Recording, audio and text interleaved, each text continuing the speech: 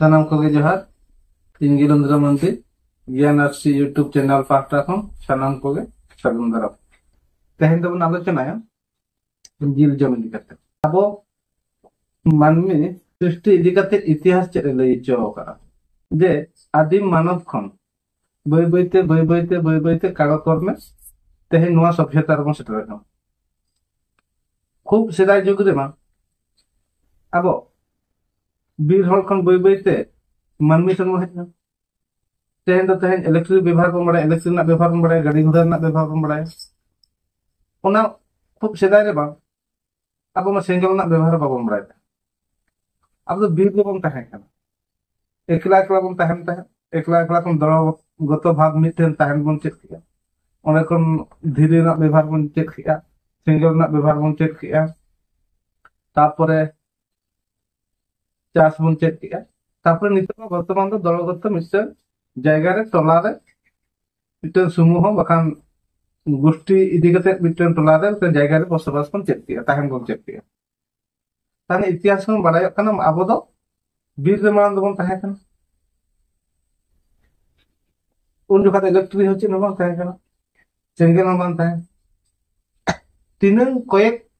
लाख बछर डेवलपमेंट पर तहे अब नवा आधुनिक युग रे बन सेटल कना तो अब ने जे बीर खन उडुगेन दो बीर ना नियम चेक तहे कना चाष पद्धति बाम तहे कना सिंगल ना व्यवहार बाबन चेक दलगत तहन बाबन बड़ाय तहे तो उन जुगा बीर दिन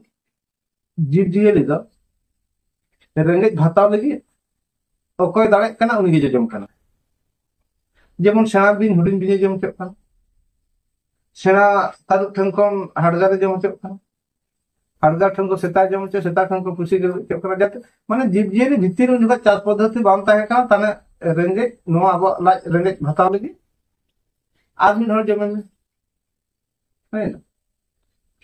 जेमन दरिया रे हबन नेला दरिया रे हो सेड़ा हाकू कटी जकु जमे का उपाय बन होते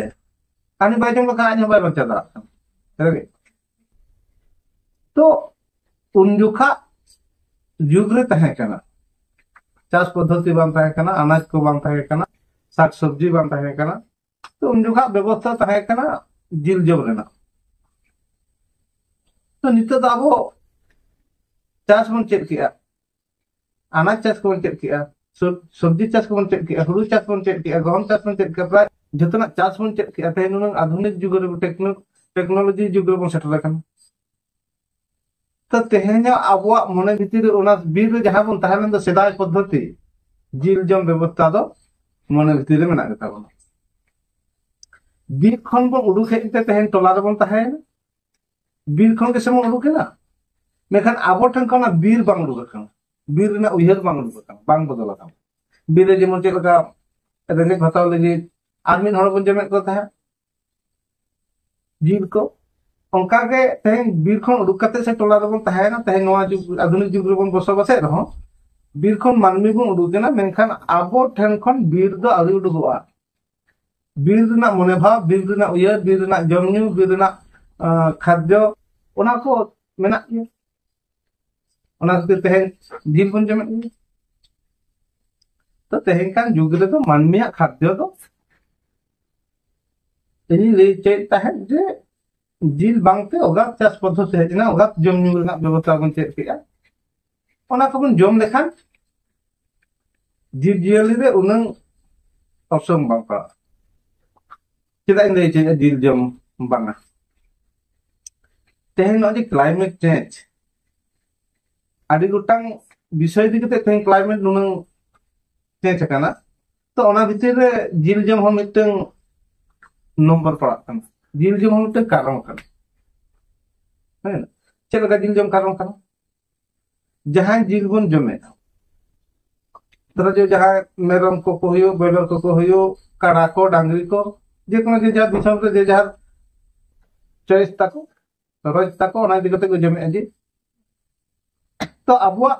चाहिदा मेटाव लगी अबुआ ना खाद्य जिलजम चाहिदा खाद्य मेटाव लगी सेना सेना कारबारी सेना सेना उद्योगपति सेना सेना फार्म रे ओगा मेरम को भिड़ी को डांगरी को काड़ा को सुले को अच्छा उनको काड़ा को आसुल को डांगरी को मेरम को उनको आसुल उनको उनको तो जम होचो को खाद्य घास को जम को तो ओना घास चास लगी हजार हजार एको बीर को बुरु को माग फदा काते बाद को तैयार पे उनको डांगरी मेरम भिडी चास लगी घास को चासे अब माननी जहाँ के साग सब्जी साथे हुड़ो गहम अनाज को चास लगी अब जम लगी मा जहाँ के बीर बुरु फदा काते बन चासे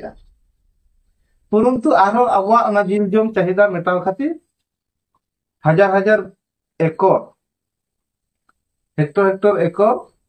बुरु को माग फदा काते बुरु को लांदल काते बाद खेत बनाव काते घास को चासे जाते उनको मेरम डांगरी भिडी को जम चको काड़ा उनको को आसुल कोते आबो ठे जिल को सेटरा ताने चेक चिके तेहेन इमनिते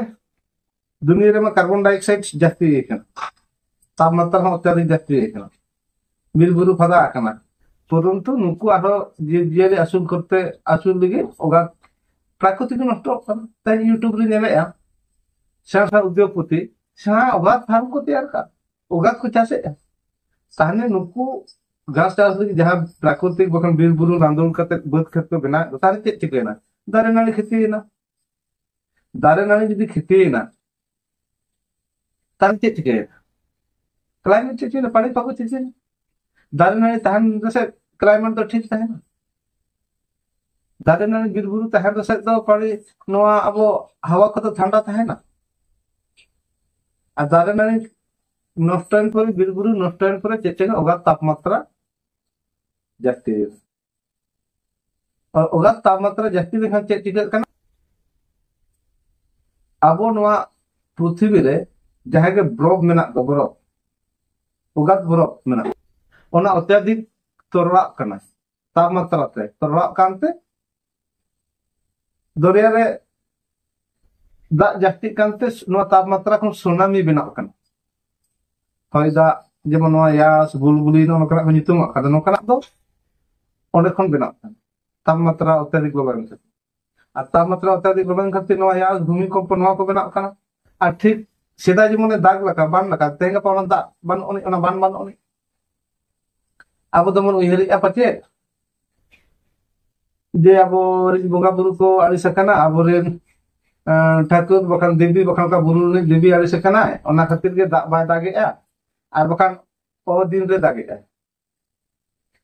ओका सीजन रे दाग ना कता ओना सीजन रे बाय दागेआ ओ दिन रे दागेआ अब उयहर द अब बोंगा बुरु बखान देव दिवाली को आड़ी सकन खातिर नोका लेकिन विज्ञान जहां को ले चय ओना को तो बांग कना कारण मेना नोआ पानी पागो दा ना कम रेट कारण ना जे कोनो जहाना पिछे रे कारण मेना ओना को कारण दो हुयुक कना बीर बुरु ध्वंस दारे नाली ध्वंस नोआ आ बीर बुरु दारे नाली ध्वंस ना कारण हुयुक कना नुकु भिडी को मेरम को नोआ को चास और ओना भिडी मेरम चासे ako abuwa ओना जिल जम चाहिदा मेटाव खातिर तो अब क्लाइमेट चेंज ना अब दायी कना से मानवी के दायी कना से इनी तुम्हार कल कारखाना मोटरसाइकिल যানবাহন ওগা ঢেরেন খাতির কার্বন ডাইঅক্সাইড ঢেরে তো নতা বীর বুরু ধ্বংস জনসংখ্যা অত্যাধিক বৃদ্ধি করে তো অনা খাতির চাহিকান যুগ রে দো জিল জম দো উনাং যে জিলগে বাং জম লখান বাং গানো ইᱧᱟᱹᱜ ᱤᱭᱟᱹ ᱛᱮᱫᱚᱧ ᱞᱟᱹᱭᱟ ᱡᱤᱞ ᱫᱚ उनां दो मेन फैक्टर दो जिल दो उनां मेन खाद्य दो बां खान ओना बाते आरो गा खाद्य उडुक जिल बाते तो तेहेन क्लाइमेट चेंज लेखान चे चिका भविष्य रे हजु कान दिन रे पृथ्वी ध्वंस सेन ताम तेहेन निनंग तापमात्रा के जास्ती कना मानमी सहाव लहाव लगी कठिन और हजु कान जुग रे जदी आर कयेक डिग्री तापमात्रा जास्ती लेखान मानमी ओने मा ती मेरम का बुझे लोते कोनो एसिडिटी बाय कमी ओना भितर रे माना रेंगे हर को बुझबा रेंगे हर बांध एसी मेना बांध ठंडा ओड़ा मेना बांध कूलर मेना चेत हो बानो तो आर लेखान रेंगे हर मा उनन ओना करना karon mo bang kana ko renge hor un marang je farm se onka bhidi factory se farm se kada farm ko ter onka hon bang kan to jahan udyogpati taka puisa katir noa ko kami ya unku to pore ko gujua mekan unku nirjibu unku renge hor marang noa na sikar ko pala hajukan diri jahat matra jahte renge hor marang ko gujuk तो आदो kitchen में बका बंचा कोनो ये के बात इसी की बात तो आर मिटन कारण हो कना जिल जम इदी कते रेंगे हो मिटन का अब जिल जम जहां को जिल को जमेआ बका जहां को बन जमेआ अब तहन में रेंगे जकना मिटन कारण हो कना जिल जम इदी कते के बो रेंगे जिल को तो नेलते अब धन तरह जो पैसो 300 900 तम कमेया per pun semua satu pun kami ada merom jilhi na 600 700 500 টাকা তাহলে আম দিন নি যদি জিলিম জমা তাহলে পয়সা তাই না কার জিল তো দিন দিন জমা তো বেশিরভাগ কই নেলে কো রেঙ্গে হলো তো জিল কো মকে জমা বেশি দিন জিল কো বাকান বাকা বাং দো তেন যাই কমানে কি জিলিম জমা কারণ জমা বীর মিটন জাতি को তাহনা জাতি বইন দে তাকো उनको दो सरकार ठन को जहां तीन सुविधा को नाम के चावल को नाम के डिची को नाम के केरासिन सुनुम को नाम के और जे कोनो बल खरना सय सब्जी को नाम के उनको तो नवा तक लक्ष्य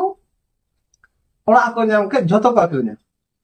उनको दरकार तको जिला पुर ओड़ा दरकार बनता भागी तान दरकार बनता सफल तुतान मा दरकार ता लुबी लफंग दरकार बन खाना उन्हें तो दरकार सारा खड़ी आयुक्त के जिल हजो मा पुर तो ना तरी नेला जिल jom homi teng renge nak karong kan tar jil jom rena hom te climate change na udi marang karong kana ona khati jil abo bon jome a tehen praकृतिक jil jom idi gate dhongso kana ar praकृतिक dhongson ko jaha tamatra jati kana udi danger bakan udi khatarnak din hajuk kana to नवा video तैयार कारण दो नवा कान जिल बात करते रहो अब लगे खाद्य मेना नितो का वर्तमान जुग से चास पद्धति बन चेक किया आ नित मा अब जे सेदा लका बीर रे मेना बोना ओना मा बांग kana तो जिल गे जम गे जिल बन जम खाम बांग गानो ओना मा बांग खाम